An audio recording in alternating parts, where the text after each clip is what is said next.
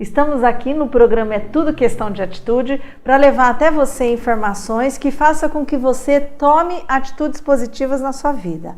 Eu sempre trago para entrevistar uma pessoa que é muito minha amiga ou um profissional que eu conheci recentemente. E a pessoa que eu vou entrevistar hoje, a Miriam Esperidião, é uma pessoa muito querida, que eu conheço há muito tempo, sei lá, acho que uns mais de 10 anos já, né, Miriam? Mais de 10 anos. E uma pessoa que tem muito sucesso na vida, ela tomou várias atitudes na vida dela e conseguiu o sucesso que ela é hoje, trabalhando com ludicidade. Bom, eu não vou falar o que você faz, eu sei que vai falar. Se apresenta pra gente então, Miriam. Me apresento. Então, meu nome é Miriam, eu sou psicóloga e já há mais de 7 anos eu leciono no ensino superior, em cursos de graduação de pedagogia e também em pós-graduação, né, em psicopedagogia. Já dei aula também para enfermagem e eu fiz o mestrado na área da psicologia social. O meu intuito no começo, né, depois da faculdade, era trabalhar muito mais com questões sociais, com abrigos, ONGs ou nos CRAs, né, centros de referência. E aí eu fui convidada para dar aula na pedagogia e acabei mergulhando nesse universo encantador que é a educação, né, e me apaixonei. Então hoje eu falo muito sobre vários temas que são importantes no cotidiano escolar, ligados à psicologia, né? Então a importância dos jogos e brincadeiras, o desenvolvimento infantil, questões ligadas ao racismo também, né? Esse brincar, né, de maneira geral, né, a ludicidade e uma série de outros temas, até violência na escola, bullying, resolução de conflitos, relação professor-aluno, e diversos temas. Mas um dos meus preferidos é esse, que é a importância da ludicidade na educação. E por que você gosta tanto desse tema? Eu também adoro. Eu adoro, tanto que quando eu fundei Embaixadores, eu fiz questão de que todas as dinâmicas tivessem atividades corporais, porque eu acho que a brincadeira, a ludicidade, a cor é algo que estimula muito o lado positivo nosso, né? Sim, exatamente, eu também. Quando eu vou resgatar as minhas memórias, né, de escola, eu sempre me lembro assim, ou de professores que eram engraçados ou que faziam dinâmicas interessantes, inclusive na faculdade, né? Até hoje eu me lembro das dinâmicas, aulas alternativas que eu tive, né? Por exemplo, na aula de psicologia do desenvolvimento, quando a gente foi falar sobre adolescência, a professora pediu para a gente trazer canetinha, cartolina, fotografias da nossa vida, aí ficou todo mundo no chão, a gente tinha que compartilhar com os outros, explicar o que eram aquelas fotos, aí a gente tinha que desenhar na cartolina um sentimento, sabe? Coisas assim, mais vivenciais, elas marcam muito mais, né? Com certeza. E vários estudos no campo das neurociências também mostram que as memórias, elas acabam sendo muito mais reforçadas, elas vão para essa memória de longo prazo, quando elas estão ligadas a uma experiência emocional muito mais intensa, né? E se a gente for pensar em uma aprendizagem mais significativa, isso significa que se a gente sente prazer estudando um conteúdo, ou se aquilo é interessante, eu vou aprender mais, eu vou absorver mais aquela informação. Então isso favorece a aprendizagem, né? Então, eu também sempre tive uma personalidade mais brincalhona, gosto muito de brincar, né? E eu uso muito nas minhas aulas, né? No ensino superior. Até essa pergunta que eu ia te fazer, né? E para as pessoas que estão nos assistindo entenderem também. O teu trabalho é sempre com os educadores para eles ensinarem as crianças. Isso. Não é com criança? Não. Ah, tá. Eu trabalho com estudantes de pedagogia, tá, e com professores ou coordenadores, diretores também, de escolas públicas e particulares. Tá. E a ludicidade, o que eu tenho percebido? Eu acho que é importante a gente conversar sobre isso, né? As pessoas têm trazido muito para mim, quando eu falo de brincadeira, as pessoas falam assim para mim: ah, mas não dá tempo de brincar no ensino fundamental. É muito conteúdo que a gente tem que passar para os alunos, tem apostila. Se a gente fica atrasado, os pais vêm reclamar, os pais ficam bravos, né? Então, e mesmo na escola pública também, uma série de outras questões. O que as pessoas dizem? Que na educação infantil, brincar é muito presente, né? Faz parte do cotidiano.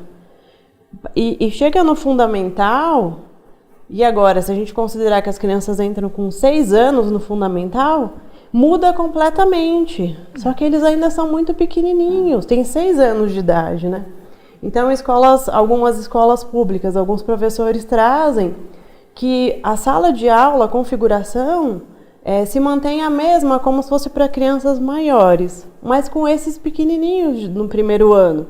Então, carteiras enfileiradas, aquele ensino de lousa, cópia, e as crianças nem alcançam o pezinho, porque são as mesmas carteiras, só que as crianças estão menores. Nossa, gente. E assim, interessante, também voltando, quando eu fundei Embaixadores, a gente começou numa escola salesiana e nós tivemos essa resistência. Mas ensino fundamental, ensino médio, você vai fazer dinâmica corporal do ensino lógico, para a gente ensinar o que é coragem, honestidade, porque era virtude, né? Sim. É virtude ainda, é o que a gente trabalha. Mas aí os pais não queriam, porque não, tem que passar no vestibular, não tem que ser honesto. Assim, gente, tem que ser honesto para depois passar no vestibular, né? Isso. E você acha que essa tendência da gente entender que não dá mais para ficar uma criança de 14 anos numa carteira olhando para a lousa, porque ele não é mais isso, né? Ele está hoje com iPad, com iPhone, com tudo ao mesmo tempo. Você acha que existe uma tendência das escolas, do ensino, entender que isso já é ultrapassado, ou você acha que ainda é muito presente ser como é? Muito quadradinho, muito como sempre foi. Eu acho que existem escolas e escolas, né? Então tem escolas particulares que são mais abertas, né? Enfim, tem outras metodologias, mas o tradicional ainda impera bastante, sabe?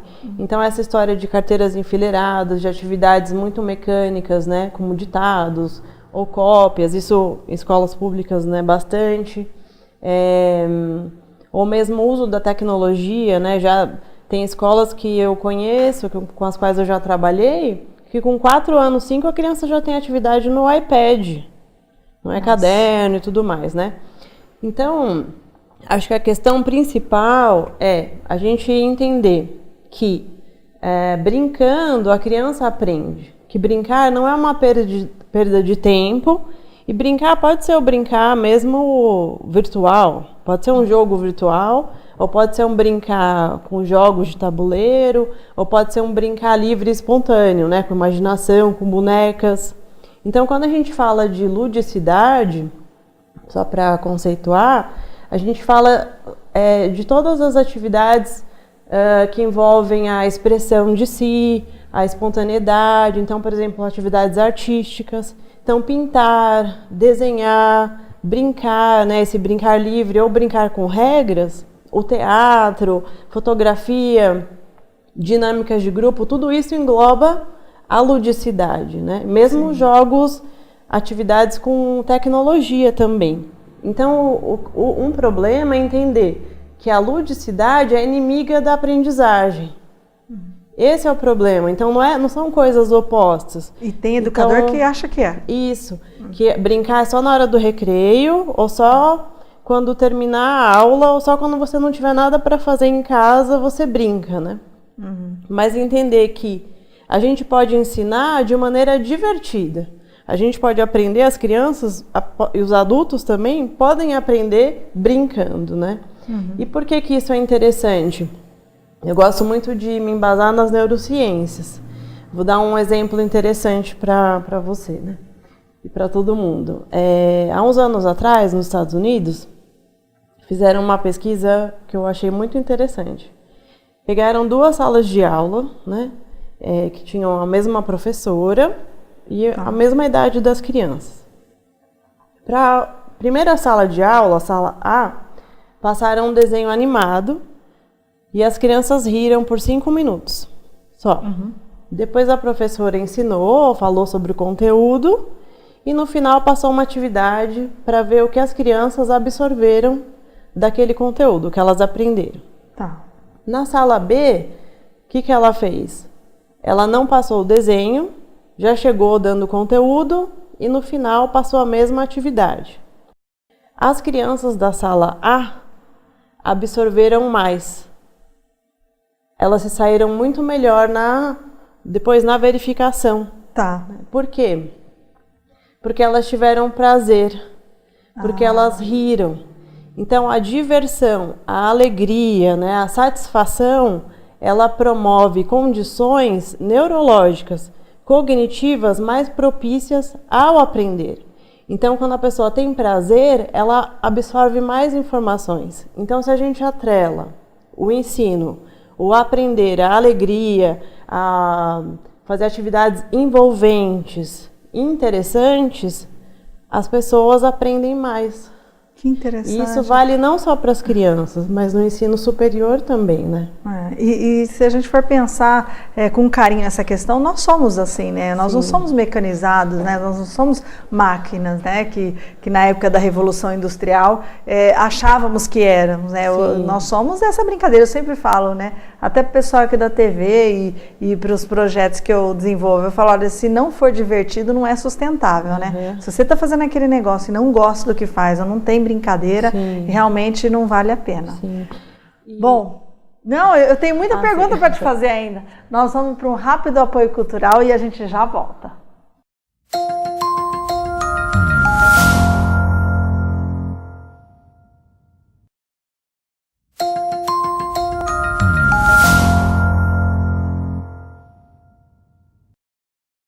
Estamos aqui com o programa É Tudo Questão de Atitude. E agora eu vou falar com a Miriam, ela tem um treinamento com professores, com pessoas que estão ligadas à educação, tanto educação infantil como fundamental e ensino médio. E olha, vocês viram, né, a importância da ludicidade, a importância da brincadeira, que como ela mesma falou, e eu percebo muito isso mesmo nos projetos dos embaixadores, né, ainda o que impera é o tradicional de você colocar as crianças em carteiras enfileiradas. E você, Miriam, pelo que eu entendi, você faz esse treinamento, é em São Paulo isso ou não? Isso. Tá. É no Brooklyn. Tá. O curso chama-se Jogar, Brincar e Aprender.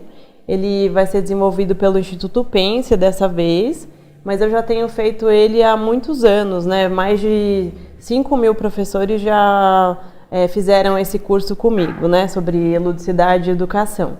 Então, em São Paulo, vai ser pelo Instituto Pense, nos dias 24 e 31 de agosto. E as inscrições podem ser feitas pelo site, a gente disponibiliza o link também. Não, nós vamos deixar todo o site, o link aqui com vocês. E é dia 24, são 2 dias então, 24 e 31, o dia inteirinho. Isso, são 2 sábados inteiros, das 9 às 5h30, ou 5 mais ou menos, né? E os temas serão abordados serão justamente esses, né? Como o brincar ele contribui com o desenvolvimento infantil, como a gente pode usar a ludicidade para favorecer os processos, momentos de aprendizagem, como eu posso usar a ludicidade até para avaliar os meus alunos. Será que eu posso avaliar meus alunos por meio de atividades lúdicas ou é só prova? Que interessante! Eu aprendi que era só prova. Então, não precisa ser. O que é avaliar, né? Então, até para a gente repensar essa questão. Será que eu posso conhecer melhor os meus alunos por meio de atividades, né? Práticas, jogos, brincadeiras? Como eu conheço melhor as suas dificuldades? No que ele precisa mais de apoio, né? Que interessante. E você já fez esse treinamento para 5.000 educadores? Sim, eu trabalhei bastante em parceria com o Simpem, que é o Sindicato dos Professores da Prefeitura de São Paulo. E lá eu dou esse curso uma vez por ano desde 2015. Olha! E, geralmente, toda vez que eu dou o curso são 1.200 professores. Não só professores, né? Coordenadores, diretores, profissionais da educação, né, que fazem esse curso. E tem dinâmicas também no curso, né, com certeza. Sim, então, esse que é o diferencial, né. Então, lá no Instituto Pense, esse curso que vão ser 2 dias, por que são 2 dias? Porque a ideia é fazer na prática aquilo que a gente está ensinando. Então, são 2 dias inteiros brincando e também vendo, né, conteúdos, a fundamentação teórica, né, mas experimentando diversos tipos de atividades, vivências, sentindo. Que legal. Não só pensando, né? Eu acho isso muito interessante. Eu acho que a gente está numa era em que muitas pessoas só querem realmente pensar. E é o fazer que faz a diferença, né? É a atitude, né? Não é só você imaginar o que você quer de sonho, é você realmente colocar na prática, né? Exatamente, porque tanto no ensino superior, né, como no ensino fundamental, o que nós, né, profissionais da educação, professores, queremos? Que os nossos alunos aprendem, né? Guardem aquela informação de uma certa forma e que aquilo possa ser útil para a vida deles. Esse é um desafio. Conquistar a atenção dos alunos hoje, com o celular, o WhatsApp, com tanta estimulação, é um desafio, né? Como que no meio de tanta coisa eu vou dizer, preste atenção aqui, em mim, né?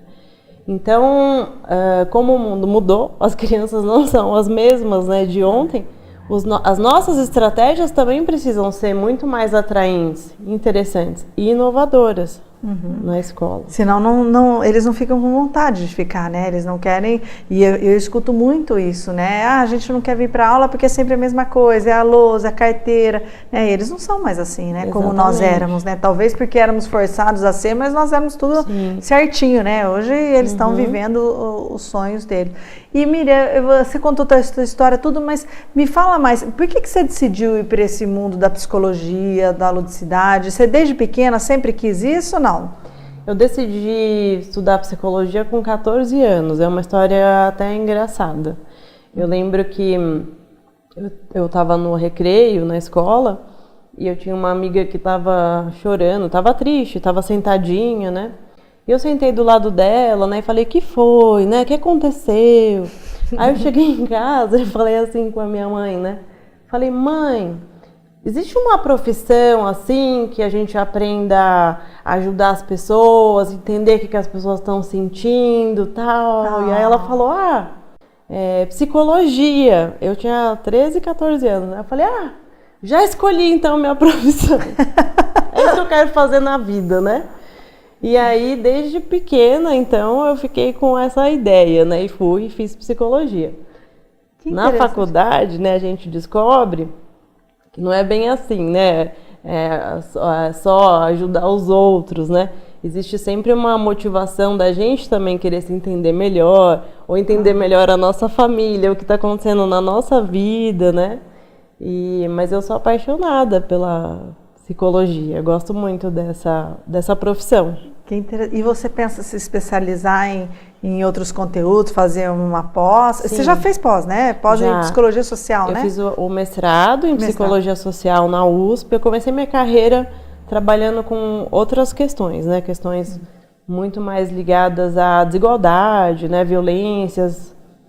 E hoje, então, eu fiz o mestrado nessa área e hoje eu quero fazer o doutorado na área de psicologia da educação.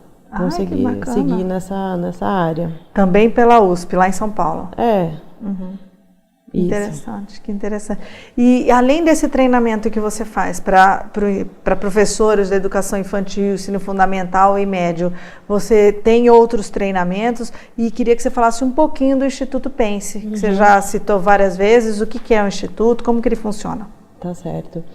Então, o Instituto, ele nasceu o ano passado, e surgiu com um desejo meu de ter um espaço onde eu pudesse criar cursos, né, e realizar cursos de maneira justamente muito mais vivencial e prática. Que às vezes a gente não encontra esse espaço, nem o tempo necessário na faculdade, na graduação, né, por conta, às vezes são salas com 110 pessoas, não tem nem espaço físico para realizar, né, as dinâmicas, os jogos. Então, o Instituto nasceu com esse desejo de que as pessoas pudessem aprender conteúdos interessantes, então, profissionais da área de educação e saúde, conteúdos que fossem interessantes para a sua profissão, para aprimorar, né? E que fosse um contexto, um momento, assim, muito rico, interativo, dinâmico, divertido. Então, é exatamente isso que eu defendo, isso que eu prego, isso ser realizado, né? As pessoas poderem sentir isso de maneira concreta. Tá. Então, foi assim que nasceu o Instituto Pense. Então, eu mesma lá no Instituto tenho outro curso, que vai ser inclusive amanhã, né? Que é sobre... Que interessante. Sobre neurociências e educação. Tá. Neurociências é um outro tema também que me interessa bastante. E vai ter um curso sobre isso amanhã, então. Então, como usar... Também para professores. Isso. Tá, o seu foco sempre é professores, né? Sempre, o meu é. Mas eu vou chamar outros profissionais, né? A gente vai ter outros profissionais para falar sobre outros temas e também para psicólogos. Por exemplo, em setembro vai ter um curso sobre suicídio. Então, professores podem fazer, mas profissionais da área de saúde, né, enfermagem, psicologia também vão poder fazer. Como prevenir, como você perceber que a pessoa está entrando nesse processo. Isso, automutilação e suicídio. Nossa. Vai ser o tema. A gente vai ter também um curso sobre prevenção do uso de drogas na escola, com a doutora Ana Cecília. Ai, que né, bacana. É uma referência, né? É com a Laura também, que legal. E vai ser também no segundo semestre, né? Então, vai ter um curso também sobre educação étnico-racial. Então, vários temas, né? E para as pessoas entrarem em contato com você, tem o site, tem todas as informações lá. Isso. Tá. Só sobre os jogos, né? Eu queria só falar um aspecto importante, né? Que os jogos em si, né? Quando a criança está brincando com outra, qualquer jogo, pode ser futebol, dama, né? O próprio jogo em si já é muito... desenvolve uma série de habilidades importantes para a vida, né?